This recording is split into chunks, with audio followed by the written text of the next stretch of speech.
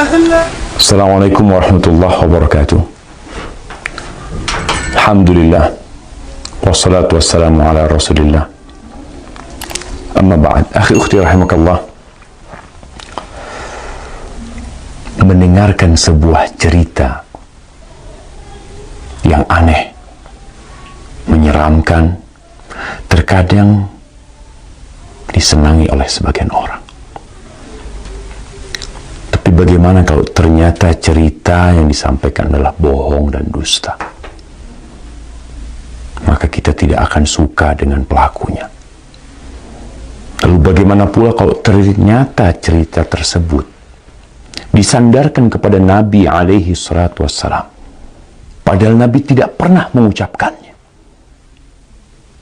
Kalau di negeri kita sekarang, pemerintah sedang memerangi hoax, dusta, maka para ulama umat Islam sejak dahulu kala memerangi dusta atas nama Nabi alaihi salatu wassalam.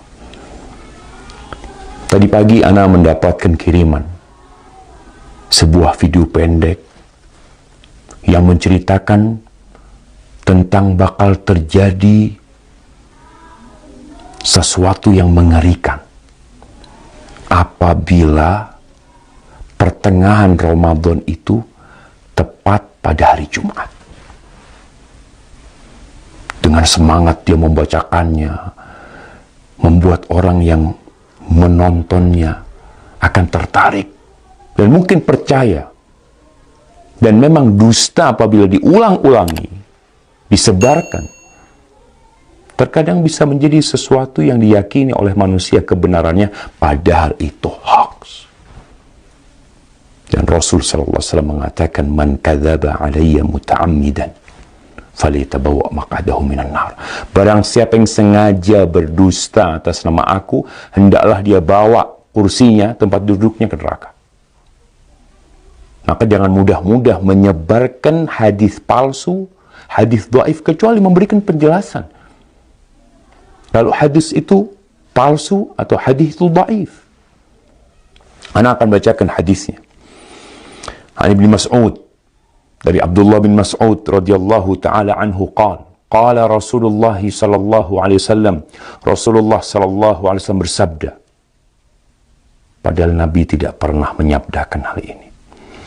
Idza kana sayhatun fi Ramadan fa innahu yakunu ma'ma'atun fi Syawal wa tamyizul qabail fi Dzil Qa'dah wa tasfikud dima' fi Dzil Hijjah والمحرم وما المحرم يقولها 3 مرات هيهات هيهات يقتل الناس فيه هرجا هرجا قلنا وما الصيحة يا رسول الله قال هذه في النصف من رمضان ليلة الجمعة فتكون هذه توقظ النائم وتقعد القائم وتخرج العواتق من خدورهن في ليلة جمعة في سنة كثيرة الزلزال والبرد فإذا وافق شهر رمضان في تلك السنة ليلة الجمعة فإذا صليتم الفجر من يوم الجمعة في النصف من رمضان فادخلوا بيوتكم وأغلقوا أبوابكم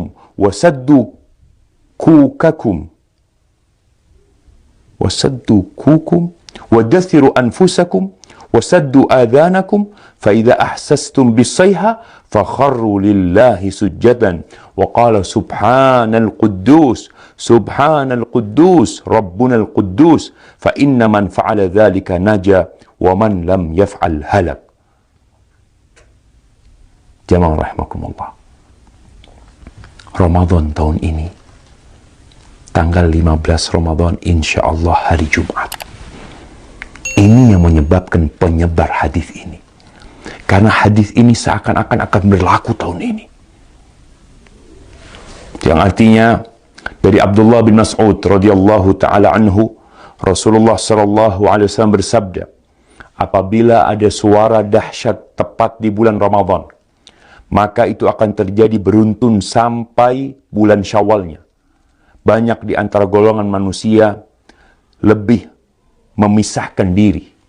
Mereka bergerombol-gerombol di bulan Dzul Hijjahnya. Pertumpahan darah banyak terjadi di bulan Dzul Hijjah tersebut. Juga semakin kelimak ketika masuk di bulan Muharram. Rasulullah SAW menyebutkan hal itu 3 kali. Apa yang harus kami lakukan di bulan Muharram? Para sahabat bertanya, sayang. Sungguh sayang, kata beliau. Mereka tidak mengetahui dan apa yang harus dilakukan di bulan Muharram. Saat itu di antara manusia banyak yang saling membunuh. Apa suara dahsyat itu ya Rasulullah? Sahabat bertanya kepada Nabi SAW. Suara keras itu adalah mulai terjadi di pertengahan bulan Ramadan yang bertepatan di malam Jumat. Suara dahsyat itu mengagetkan orang-orang yang sedang tidur, menjatuhkan orang yang sedang berdiri. Segala benda terhempas jauh keluar dari tempatnya, atau para wanita yang masih gadis akan keluar dari kamar-kamarnya. Malam Jumat pertengahan Ramadan itu terjadi goncangan dahsyat dan cuaca sangat dingin. Banyak sekali terjadi gempa, banyak sekali yang seperti yang kita lihatlah, gempa di mana-mana mungkin. Kemudian apabila bulan Ramadan itu tepat di tahun itu, dan kalian sedang melaksanakan sholat subuh malam Jumat di pertengahan bulan Ramadan tersebut, masuklah ke dalam rumah, kuncilah pintunya, tutuplah kepala kalian, lindungi tubuh kalian, dan tutup telinga kalian. Apabila kalian merasakan suara dahsyat, bersyukurlah, sujud. Nih, ada sujud. Kita tahu sujud itu ada sujud syukur, sujud tilawah, kemudian ada sujud sahwi, ada sujud ketika sholat. Ini sujud ketika mendengar suara keras. Membaca Subhanal Quddus, Rabbunal Quddus.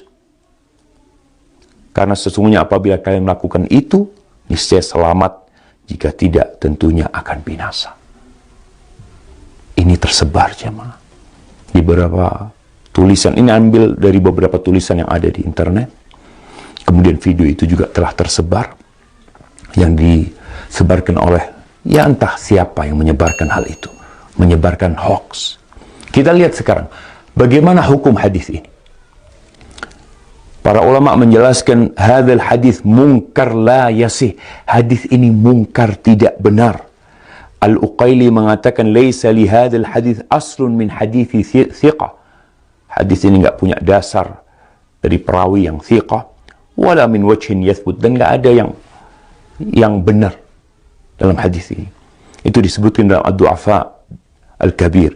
Dan Ibnul Jauzi mengatakan hadis ini hadza hadithun maudhu. Hadis ini palsu atas nama Nabi SAW. Kemudian Syekh Albani mengatakan maudhu'un, hadis ini palsu, diriwayatkan oleh Nu'aim bin Hammad dalam kitab Al-Fitan. Dan Al-Imam Al-Zahabi mengatakan qultu dha maudhu' wa maslama saqit matruk. Ini hadis palsu. Perawinya ada yang matruk, yang dituduh berdusta, jamaah. Ditinggalkan. Lalu kita meriwayatkannya, menceritakannya kepada umat, menyebarkannya atas nama Nabi SAW. Nabi bersabda, padahal Nabi tidak pernah menyabdakan hal itu. Jamaah, ma min qaul, tidak ada satu ucapan yang keluar melainkan ada raqib, ada atid.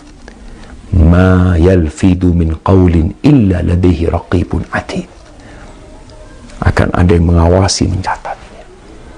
Tapi mungkin sebagian mengatakan, Ustadz kan boleh meriwayatkan hadis dhaif. Kan ada ulama yang berpendapat seperti itu. Kan ada khilaf di antara para ulama. Nah, Anda akan sebutkan para ulama yang membolehkan meriwayatkan hadis dhaif. Yang pertama, mereka mengatakan ini dalam fadailul a'mal, dalam fadilah beramal, bukan dalam menceritakan hal yang gaib, yang mana itu berkaitan dengan akidah seorang hamba nanti. Boleh mengamalkan hadis-hadis dhaif dalam fadailul a'mal dengan catatan 3. Yang pertama, hadisnya tidak terlalu dhaif. Kalau yang tadi palsu, ya. Yang kedua, hadis ini masuk dalam kaidah umum sebenarnya.